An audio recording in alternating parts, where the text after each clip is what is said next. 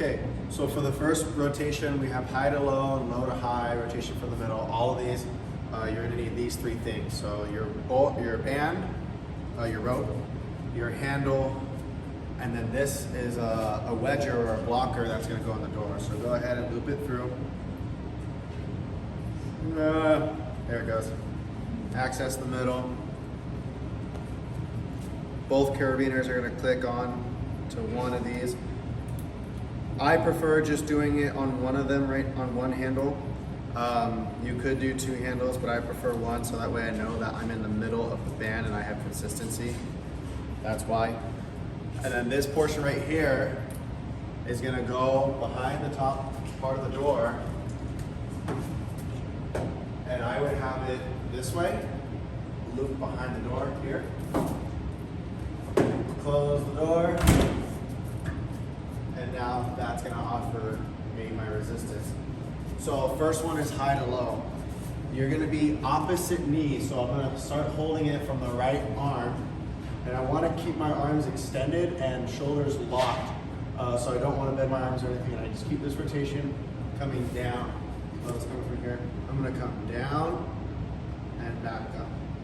Down and then back up. And these are core exercises, specifically working on your obliques. That's high to low, obviously do it on the other side. Then we have low to high. So we're gonna go bottom this time. Now because of this, actually, we might be pretty successful in this one here. There we go. Same thing, opposite knee. And I'm gonna come up. 1, 2, 3. Okay.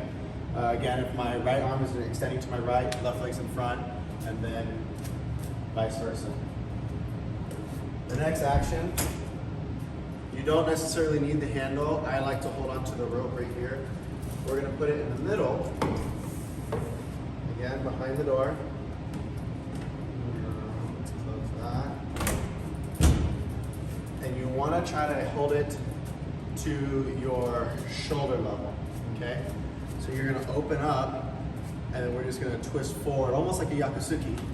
1, 2, 3, 4. So it's kind of like going from hamni to shomen. The next one, I'm gonna pull this down just a little bit, is gonna use a stick, like your bow, okay? And you can, depending on the resistance that you need, you can either link these two together, or you can hook here and then wrap around your stick, whichever works better for you. Right now, I'm just gonna take this carabiner, hook it back here,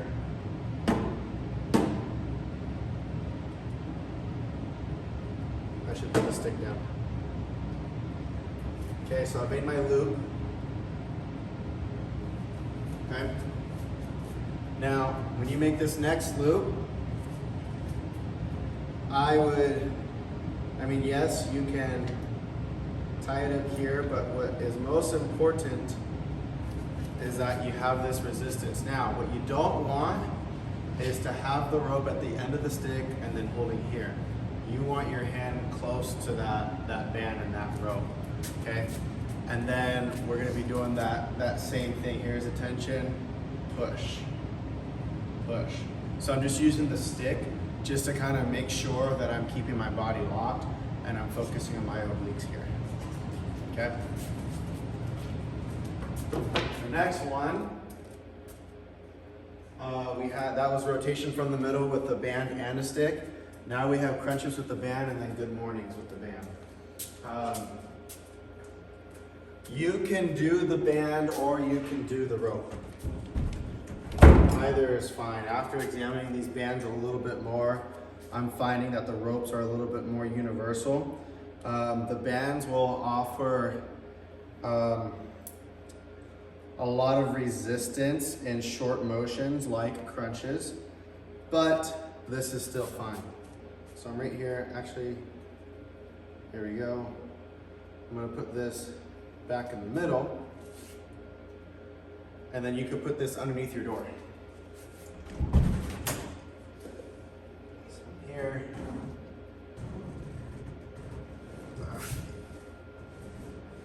That door gets a little wonky and funky. Okay, so now I have it underneath my door, and I have these next to my ears. Now you can scoot back further to extend the length of the band to have a more resistance, or you can kind of wrap them around your hands for extra resistance, or go up to the higher setting. Keep your hands near your ears, and then just focus on your sit-up without throwing your arms, okay? So if I'm here, I don't want to throw my arms. I want my hands here, so I really am working on a crunch, and it's just a crunch. It's not a full sit-up. It's just a crunch, so you work on the upper part of your abdominals. So I'm here, 1, 2, 3. All right, good mornings. I know the paper says with the band. I would also do the good mornings with the rope as well, just in case. Because I started realizing that the band does not stretch out as much as I would hope. So good mornings, gonna start in this front stance motion. You're gonna have your hands near your ears like this. Kind of extend your leg. You don't need to be bent, just kind of extend it. And the most important thing is to bend at the waist, not at your stomach. So I bend down, and I come up. 1, waist, up, 2. So it's just this action here. Again, focusing on the core, keeping your spine straight with your band. That's your resistance band exercises. Okay, so for this one, what I did was I wrapped the cord around the bow, making my little loop. So these are the tricep exercises. Again, a tricep exercise means you do each exercise first set, and then the next, then you repeat it 3 times. All right, so if we're looking at it, first one is the band resistance squat with the staff, 5 reps. Death drop to an explosive hurdle, 6 reps.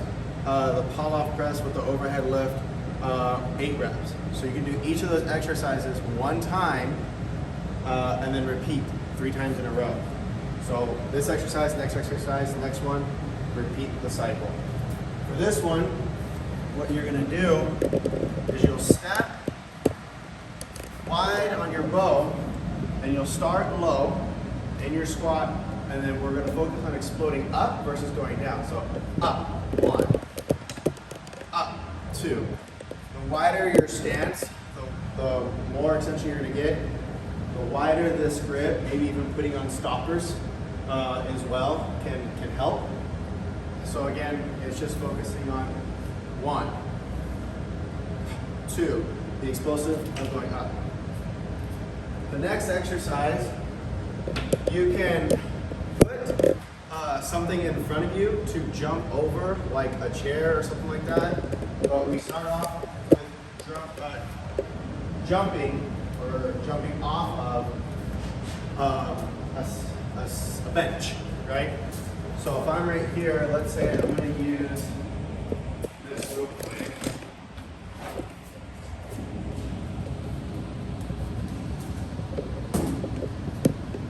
So I start off by coming up here. Again, this is the depth drop.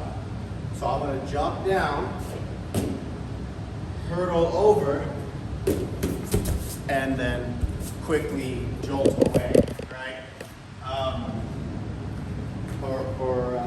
Yeah, so kind of like a quick skip away.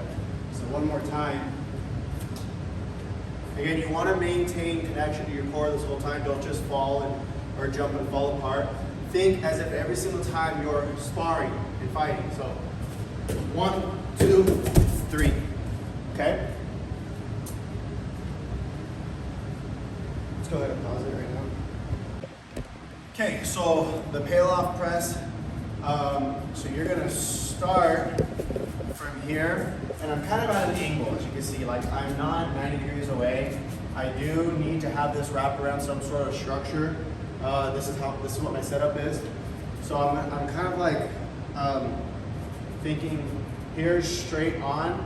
I'm gonna go 45 degrees away from the band. So first things first is I'm gonna push forward. Now I wanna maintain core stability as I move my arms. So I'm gonna bring my arms up, above my head, maintaining core stability, keeping it tight, keeping my arms straight. They're not locked, but they're definitely not bending or breaking structure. And I come back down and then back inside. And you want to count 3 seconds, 3 Mississippis for each. So 1 Mississippi, 2 Mississippi, 3 Mississippi, 1 Mississippi, 2 Mississippi, 3 Mississippi, 1 Mississippi, 2 Mississippi, 3 Mississippi, and then that's 1 count, okay, or 1 rep. Press on that one. Okay, so a static hold exercise really is just maintain that stance for the amount of time that it says. I believe it's 30 seconds for each set. Again, you want to make sure that you're doing right and left side. So if I'm in a front stance, it's not like a dojo front stance where I bend this knee and I'm compressed, I'm ready to go. This is a posing front stance as if it were in kata. So my knee's not completely locked, but let loose from completely locked position. So completely lock it, now let it loose. Don't necessarily bend it, just let it relax. And I'm just gonna hold for 30 seconds. And then 30 seconds. So there's front stance. Now if you notice, I'm only shifting, and my shift is the same width for all my stances minus cat stance. So you can start in Kibadachi at least twice the width of your shoulders. So from shoulder to shoulder, if that span is, let's just say 20 inches, just to make it easy, then from foot to foot, it should be 40 inches, the span, okay?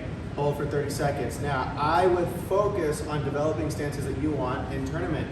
So you don't wanna be here, you wanna be here, at least parallel, right? And then from there, keep that same shoulder height for each stance, front stance, back stance. And then Neko Ashidachi, again, try to maintain that same height in your shoulders so that way your legs are equally bent for each 30 seconds. Okay, going over details for back stance and cat stance. So first things first, start in Kibadachi and horse stance, okay? Now, I'm gonna be looking to my left because that's the front. I'm gonna take my left leg and my left foot, opening or rotating on my heel only, is gonna point forward. My weight is in the center right now. Both of my knees have even weight. It's all distributed 50-50. From here, I'm gonna move my body back. So if you notice, I'm not leaning my head. It's my whole torso moves back evenly. So now I'm about 70% and 30% weight.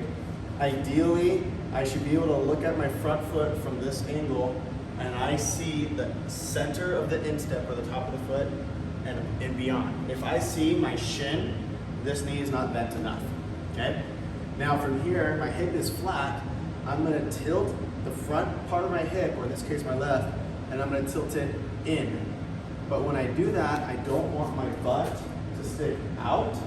I need my butt flat and flush with my body, and I push my hip back from this angle here versus here, okay?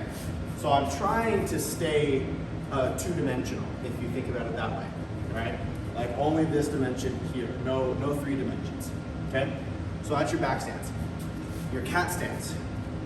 If you were to stand shoulder width apart, and then you're gonna bend your knees, take your front foot, scoot it forward about, I'd say 1.5 foot's distance, okay?